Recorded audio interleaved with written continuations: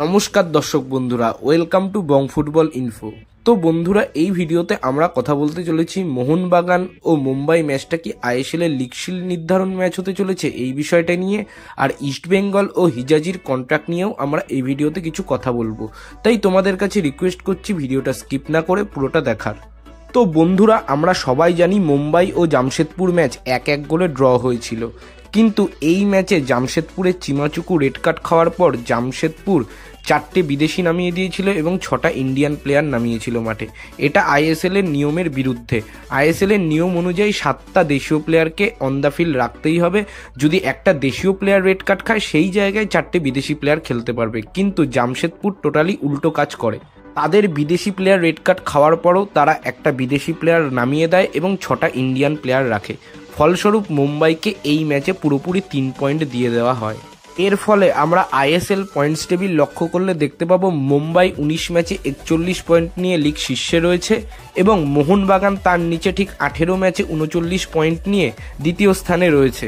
এবার মুম্বাইয়ের আর 3টে ম্যাচ বাকি রয়েছে, যেখানে মোহনবাগানের আর 4টে ম্যাচ বাকি রয়েছে। এখানে কিছুটা অ্যাডভান্টেজে রয়েছে মোহনবাগান, তবে এই দুটো টিমই তাদের লিগের শেষ ম্যাচে নিজেদের মুখোমুখি হবে। এবার নিজেদের বিরুদ্ধে মুখোমুখি হওয়ার আগে মুম্বাই যদি তাদের দুটো ম্যাচ জিতে যায়, তাহলে মুম্বাইয়ের পয়েন্ট দাঁড়াবে 47, আর মোহনবাগান যদি পরপর 3টে ম্যাচ জিতে যায়, সেখানে মোহনবাগানের পয়েন্ট হবে 48। সুতরাং আমরা একটা জিনিস বুঝতেই পারছি, এরকম যদি হয়ে যায় তাহলে মোহনবাগান ও মুম্বাইয়ের ম্যাচটাই কিন্তু লিগ ডিসাইডার ম্যাচ হবে।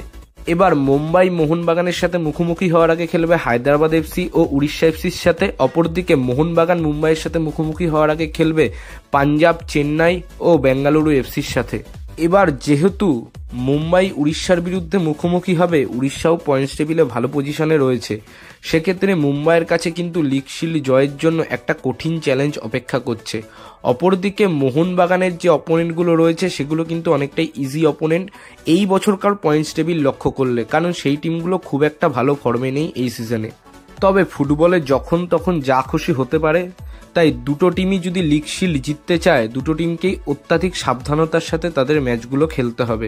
একজন নিউট্রাল ফুটবল ফ্যান হিসেবে চাইবো এই লিগ শিল্ডের দৌড়টা যেন আইএসএল এর শেষ দিন অবধি থাকুক, তবে একজন বাঙালি ফুটবল ফ্যান হিসেবে চাইবো মোহনবাগান যেন লিগ শিল্ডটা জিতুক। তাহলে আমরা নেক্সট সিজনে বাংলার 2 প্রধানকেই এশিয়াতে রিপ্রেজেন্ট করতে দেখতে পাবো।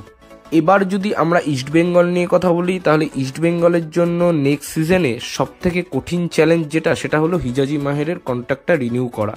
তবে আমরা সবাই জানি হিজাজি মাহেরের কাছে সৌদির 2nd ডিভিশন লিগের, মালয়েশিয়ার ফার্স্ট টায়ার লিগের এবং আইএসএল এর বেশ কিছু ক্লাবের অফার রয়েছে।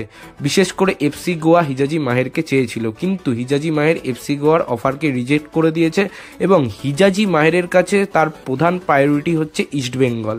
তবে হিজাজি মাহের রাজি থাকলেও হিজাজি মাহেরের যে এজেন্ট রয়েছে, সেই এজেন্টের হিজাজি মাহেরের মাথা ব্রেন ওয়াশ করতে বেশি সময় লাগবে না। এক্ষেত্রে ইস্টবেঙ্গলকে যথেষ্ট পরিমাণ পয়সা নিয়ে ময়দানে নামতে হবে।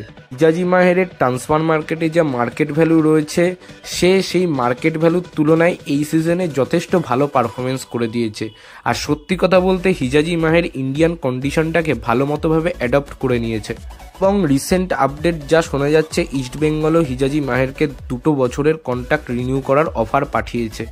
আশা করব সেই অফার যেন হিজাজি মাহের এবং তার এজেন্টের কাছে সুইটেবল হয় এবং হিজাজি মাহেরের মতো প্লেয়ার ইস্টবেঙ্গলে থেকে যায়, কারণ ইস্টবেঙ্গল পরের সিজনে এএফসি কাপে অংশগ্রহণ করবে। তাই এত ভালো মানের একজন এশিয়ান কন্ডিশনে খেলা ডিফেন্ডারকে হাতছাড়া করাটা ঠিক হবে না।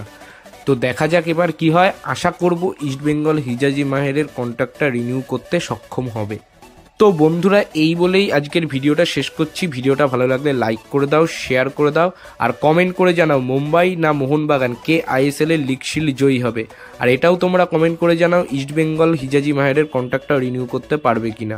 আর সবশেষে একটা কথাই বলবো, দেশ ও বিদেশের ফুটবলের নানারকম আপডেট ও অ্যানালাইসিস পাওয়ার জন্য আমাদের চ্যানেলটা সাবস্ক্রাইব করে বেল আইকন প্রেস করে দাও। তো আজকের মতো টাটা, বাই।